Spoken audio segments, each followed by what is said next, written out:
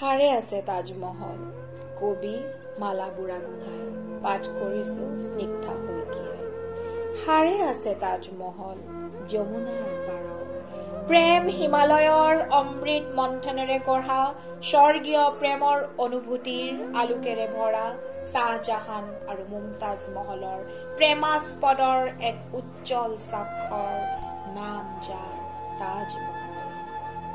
হাৰে আছে তাজমহল আৰু হাৰে আছে উস্তাদ আহমেদ লাহিৰী, যাৰ যাদুকৰী দুহাতৰ পৰশ লাগি শ্বাহজাহানৰ প্ৰেম সাগৰৰ হৃদয় গহ্বৰ ফালি কল্পনাতীত মায়াৰ ৰহন সানি গঢ় দিছিল, প্ৰাণ পাই উঠিছিল অপূৰ্ব সৌন্দৰ্যৰ সোধ তাজমহল।